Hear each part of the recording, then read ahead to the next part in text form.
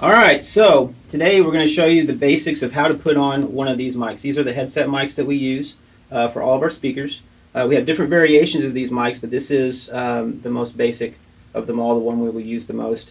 We'll call this the D-Fine speaker microphone, or headset microphone, however you want to call it. But yeah, so I'd like to invite my lovely model, Aaron, over here. Oh, hey. Hey. So first thing to notice on here, see how it's curved like this? It's curved to the right. That means it's going to go on the left side of the speaker's face.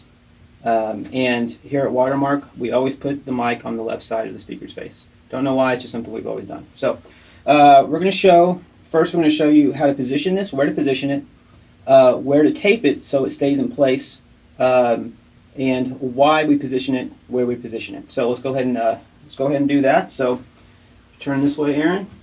See this part right here? You see a little curve right there. That goes right in the crook of the ear, or right in the earlobe.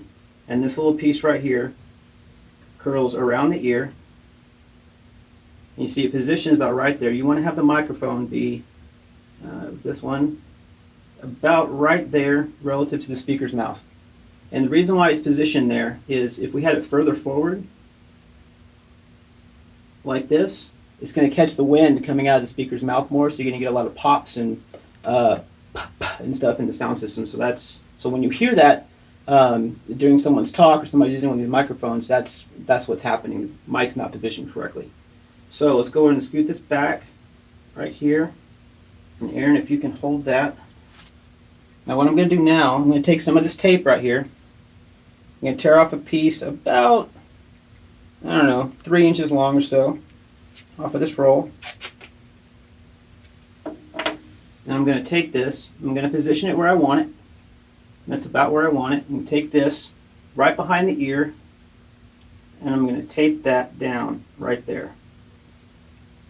And the next step is in the back, because if we just left this hanging, and Aaron moves his head left to right, the microphone will move on his face. So what we do is go ahead and have this tucked down the back of his shirt. Aaron, if you turn your back towards the camera. Yep. And what we do here, take another piece of tape about 2 to 3 inches long.